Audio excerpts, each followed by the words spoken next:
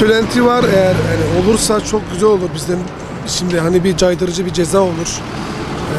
En azından hani bizim de ekmeğimizin, emeğimizin karşılığını hani tamamıyla almış oluruz. Korsan taksici tamamıyla bir kul hakkıdır yani.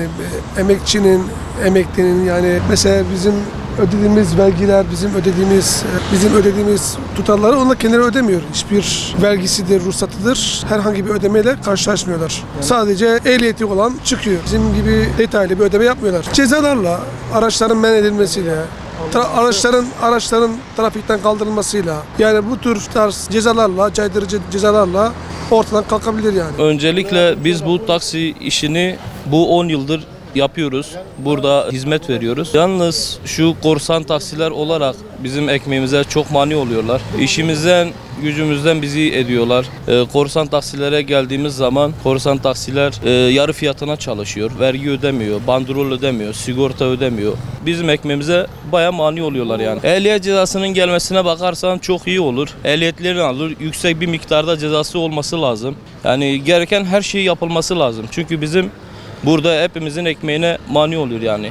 Düşünsene her bir arabadan 2-3 aile ekmek yiyor yani. Ona bakarsan kul hakkıdır ama onu düşünen yok yani. Taksici olarak bizim de bazı sorunlarımız var. Özellikle bu korsan taksicilerden çektiğimiz bir sıkıntımız var. Biz devlete vergimizi ödeyip bazı konularda zor da olsa geçimimizi sağlamak için mücadele ediyorsak da bu korsancıların bir an önce önüne geçilip işlem yapılmasını istiyoruz yani. Uygulanırsa iyi olur. En azından bizim gibi sabahtan akşama kadar direksiyon sallanıp ekmek parası kazanan şoför kardeşlerimize bir destek olur. Biz bugün gemizi verirken her şeyimiz tam, herhangi bir evrak eksikliği yokken neden onlar vergisiz, şeysiz çalışabiliyor? Biz buna karşıyız. Biz böyle şeyleri kabul etmiyoruz. Kul hakkıdır zaten yani. Ben bugün yıllık 7.000 lira, 7.500 lira sigorta kesiyoruz. Adam sivil bir araçla 3.000 lira sigorta kesiyor, çalışıyor.